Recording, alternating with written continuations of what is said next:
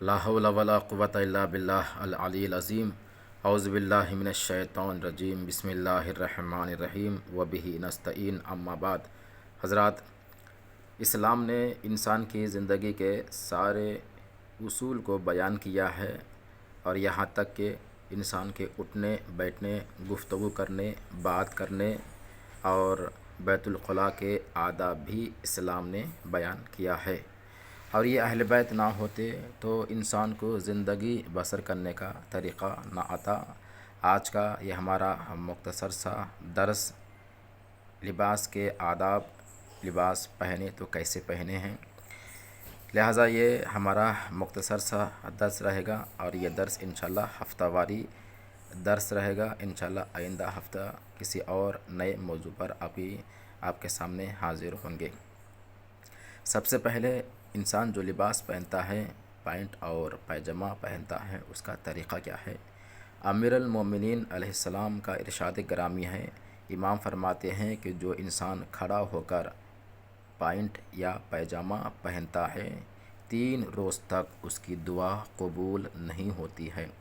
اسی طرح امام رضا علیہ السلام کا ارشاد گرامی ہے، امام نے فرمایا کہ جو انسان کھڑا ہو کر پائجامہ یا پینٹ پہنتا ہے وہ بیماریوں میں مبتلا رہتا ہے۔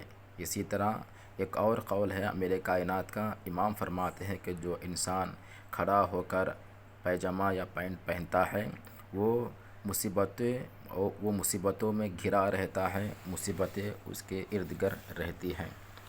اسی طرح نیا لباس پہننے کا طریقہ کیا ہے، یہ بھی معصومین نے ارشاد فرمایا۔ امام حسین کا ارشاد گرامی ہے، امام فرماتے ہیں کہ جو انسان نیا لباس پہننا چاہے، نیا لباس پہننے سے پہلے کوڑے برتن میں پانی لے کر 32 مرتبہ سورہ انا انزلناہ کی تلاوت کر کے پانی کو نئے لباس پر چھڑک دے، پھر وہ لباس پہن لیتا ہے۔ امام حسین فرماتے ہیں کہ جب تک اس لباس کا تار نہیں ہو جاتا، وہ لباس پھٹ نہیں جاتا، اللہ بے انتہا اس کی روزی میں اضافہ کرتا رہتا ہے۔ اسی طرح امام کا ارشاد گرامی ہے، امیر المؤمنین کی یہ حدیث ہے، امام فرماتے ہیں کہ اگر کوئی انسان نیا لباس پہننا چاہتا ہے تو وہ نیا لباس پہننے سے پہلے 2 رکعت نماز پڑھے، نیت یہ کرے کہ 2 رکعت نماز پڑھتا ہوں قربتاً الی اللہ۔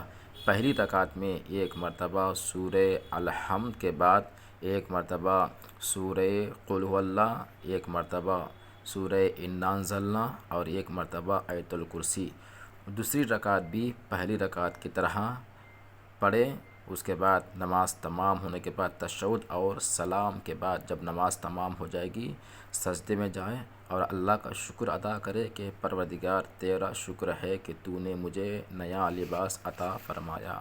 امام فرماتے ہیں کہ جو انسان اس نماز کو پڑھ لیتا ہے، نماز کے بعد سجدہ شکر بجا لاتا ہے، امام نے فرمایا کہ اللہ اسے ساری مصیبتوں سے نجات عطا کرے گا اور اس کی مصیبتیں دور ہو جائے گی، اس کی روزی میں برکت ہوگی، اور اللہ اس کے عوض ایک فرشتے کو خلق کرتا ہے جو وہ فرشتہ اس کے لیے استغفار اور طلب مغفرت کرتا رہتا ہے۔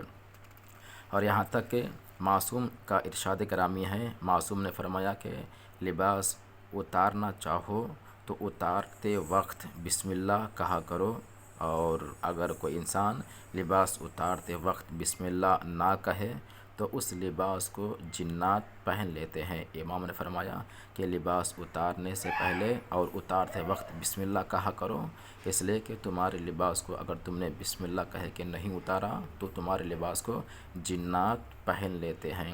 تو لہٰذا یہ امام کا ارشاد گرامی ہے۔